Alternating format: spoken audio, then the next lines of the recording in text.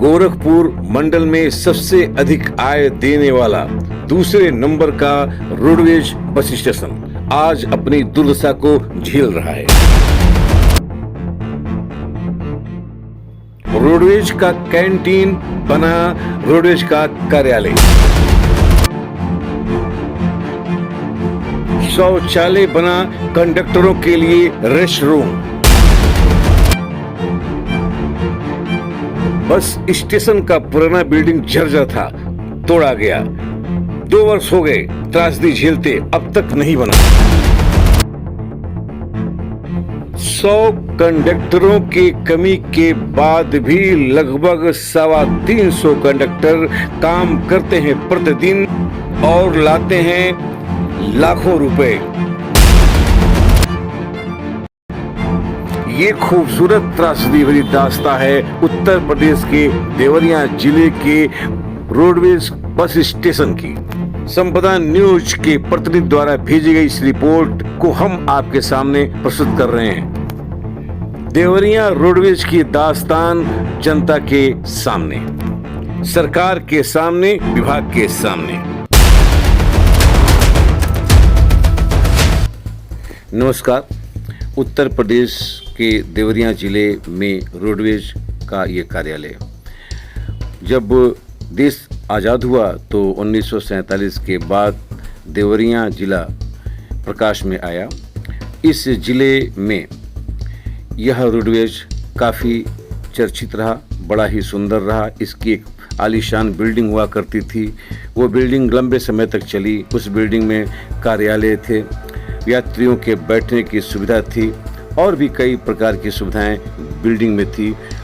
इसमें किसी भी प्रकार की परेशानी नहीं होती थी। लेकिन समय के साथ बिल्डिंग जो है काफ़ी क्षतिग्रस्त हो गया, खराब हो गया और इस पर ध्यान जिम्मेदार लोगों का गया। सरकार ने इसे गंभीरता से लिया और बिल्डिंग को तोड़वा करके नई बिल्डिंग बनाने का फरमान जारी कर दिया। जी हाँ, हम इसे उत्तम बनाने के लिए सरकार ने बड़ा ही प्रयास किया और इसकी संपदा न्यूज़ सराहना करती है। लेकिन अब आज जबकि ये बिल्डिंग टूट चुकी है और लगभग 2 साल गुजर चुके हैं, गुजरने के बाद रोडवेज के कर्मचारी, रोडवेज के जो विभागीय अफसर हैं, कहाँ, कैसे, किन परिस्थितियों में ये रह रहे हैं, इसकी एक खुली दास्तान आज हम आपके सामने प्रस्तुत कर रहे हैं।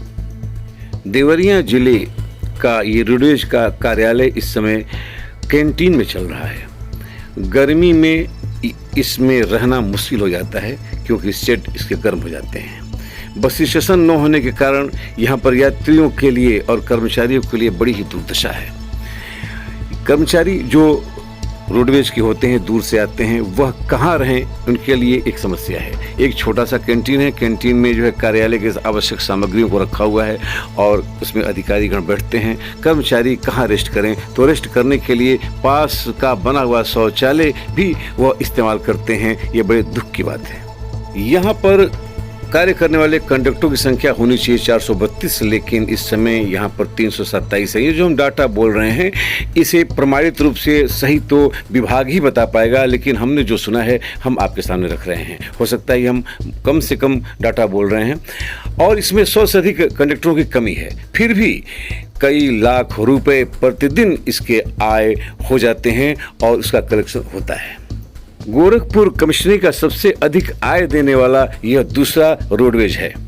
मजेदार बात तो और भी है कि यह कैंटीन जो है यह भी नीलाम हो चुका है और यह भी तोड़ करके इसे बनाना है। ये कभी भी टूट सकता है। ऐसी स्थिति में अगर ये टूटा तो फिर ये सारे दस्तावेज और कर्मचारी कहाँ बैठ करके ये कार्य करेंगे, यह एक प्रश्न चिन्ह है। भीषण गर्मी में और बरसात के भयंकर तूफानों में और जाड़े के ठंडक के समय में यहाँ के कर्मचारी कैसे कार्य करते हैं, इसके लिए हम अलग से एक आपको दस्तावेज प्रस्तुत करेंगे।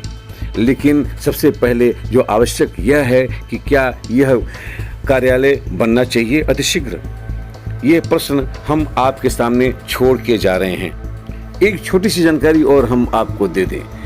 देवरिया जिले के इस बस स्टेशन देवरिया डिपो से 200 बसें इस पर चलाई जाती हैं, जिनमें 74 बसें निगम की हैं और 126 बसें अनुबंधित हैं। ये हम जो भी आपको डाटा दे रहे हैं हमने अपने किसी स्रोत से प्राप्त किया है।